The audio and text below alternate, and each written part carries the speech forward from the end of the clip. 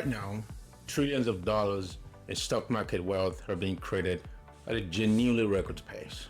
And yet, at the same time, almost every traditional tool we use to measure whether a market is healthy or dangerously expensive is flashing bright red. If you pull up the classic dashboard of warning lights that investors have used for decades, nearly all of them are screaming caution. So we're staring at a real contradiction here, and there are only two honest ways to read it.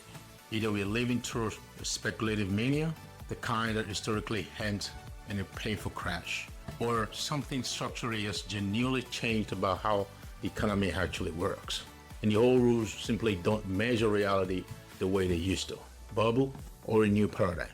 That's the whole debate. Now, I want to be upfront here. I'm not going to stand here and tell you which one it is, because honestly, nobody knows for certain. And this is general education, not financial advice for anyone. What I'm going to do is something more useful though. I'm going to walk you through the warning lights one by one, show you exactly why each one is flashing, and then show you the serious argument for why these times might genuinely be different. Think of it as a debate, the case for prosecution and the case for the defense. And by the end, you'll be able to read this market far more clearly than the headlines let you. Let's get into this. But quick things before we dig. If you like breakdowns that show both sides instead of just picking scary headline, do me a favor, hit the like button and subscribe if you want more of this. It's genuinely helps this channel reach more people and it costs you absolutely nothing. All right, warning light number one. Let's start with the gauge that investor Warren Buffett actually quote probably the best single measure of where market's value stand. The idea is beautifully simple. You see, you take the total dollar value of all US stocks and you divide it by the size of the entire US economy, the GDP. In plain terms, you're comparing the price of stock market to the actual output of the country that supports it. Are stocks roughly in line with the real economy, or have they floated way above it? So where are we today? Well, by one widely used measure, the ratio recently sat around 219%. And according to one long-running tracker, that's the first highest reading in recorded history. Depending on exactly how you calculate it, some tracker puts it even higher, north of 240%. But every version of the math tells the same story. Historically, this is extreme. For context, at the peak of the dot-com bubble in 2000, this gauge was lower than it is right now. Now, in fairness, there's a real caveat to this, and I won't skip it. You see, US corporations are far more global than they were 30 years ago. Something like 40% of the revenue of big American companies now comes from overseas. So the stock market is effectively priced against global business activity, while GDP on these measures only counts what's produced inside the United States. That mismatch inflates the ratio somewhat. But here's the thing though, even after generously accounting for all of that foreign revenue, a reading this high still implies that investors are pricing in a future where corporate growth stays close to flawless for a very long time. In other words, there's very little room for disappointment baked into that number. So, warning light number one is on. The second warning comes from concentration. And this one, you can almost feel it. I made a video about this, specifically on S&P 500 index fund some weeks ago. You can check that out. And here's the concern. You see, the largest handful of companies now make up a staggering share of the whole market. We're talking the top 10 stock in the S&P 500 have grown to account for roughly 40% of the entire index value. Let that sink in. 10 companies out of 500 are about 40% of the whole thing. To put that in perspective, that share was around 22% back in 2020 and is well above the roughly 27% peak reached during the dot-com bubble. Picture the market as a pyramid. Right. A healthy pyramid is wide and stable at the base. This one has become enormously top-heavy, a huge weight balance on a very narrow tip. If that tip wobbles, the whole structure fails it. And here's the mechanism that quietly reinforces this, the ones most people never think about. That is passive investing. You see, when money flows into a standard index tracking retirement fund, it doesn't get spread evenly at all. It gets distributed by company size. In other words, the bigger the company, the bigger the slice of your money it gets automatically. In practice, that means, by one estimate, roughly 40 cents of every dollar flowing into the fund like that goes straight into those same top 10 companies. regardless of whether they're actually performing well that day or not. The money buys them because they're big, and buying them makes them bigger, which means the next dollar buys even more of them. It's a self-reinforcing loop. So warning light number 2 on. Now, the third warning light is about borrowed money, and it's the one that makes seasoned investors most nervous.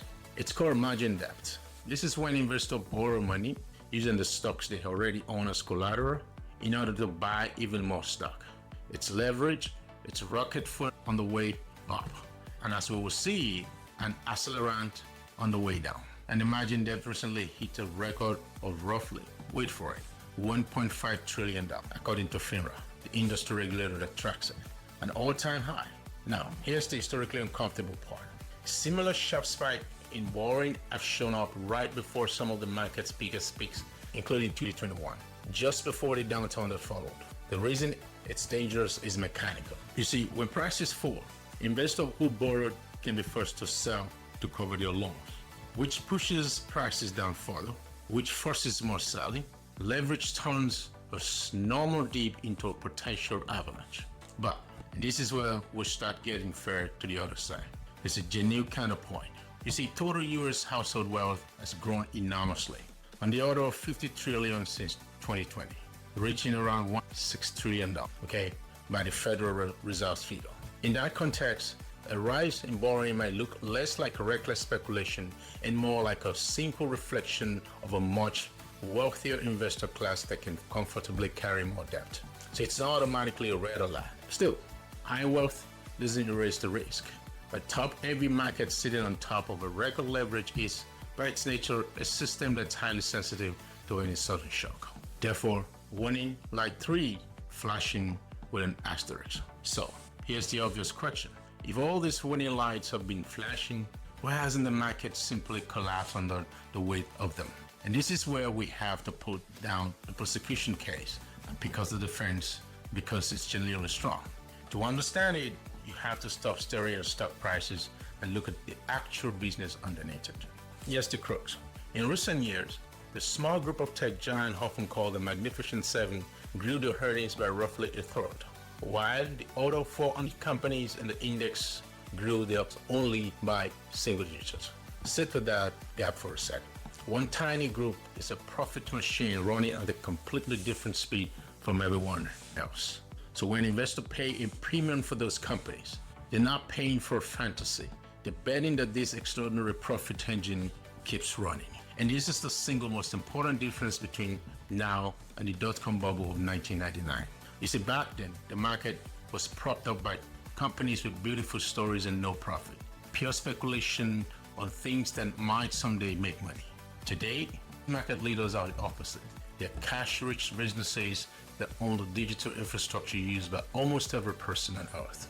One useful comparison, at the 2000 peak, the 10 biggest companies traded at a price-to-earning ratio around 43. Today, the top group trades close to 31, with far more actual profit underneath. So the sky-high weight of this company isn't just hype, it's the result of a few firms generating more genuine cash in a single year than the entire industry produced in a decade. And then there's one more piece of the defense. And it's a sort of fascinating one about who actually owns the market. Ownership is concentrated in a remarkably small number of hands. By Federal Reserve's figure, the wealthiest 10% of households own something like 9% of whole stock market wealth. Now, why does that matter for prices? Because those wealthy investors, to avoid triggering enormous capital gain tax bill, they tend to hold their stocks more or less indefinitely. They rarely sell, keeps a giant portion of the market's value effectively locked away off the trading floor, unavailable to be dumped. Meanwhile, at the exact same time, millions of ordinary workers are buying continuously.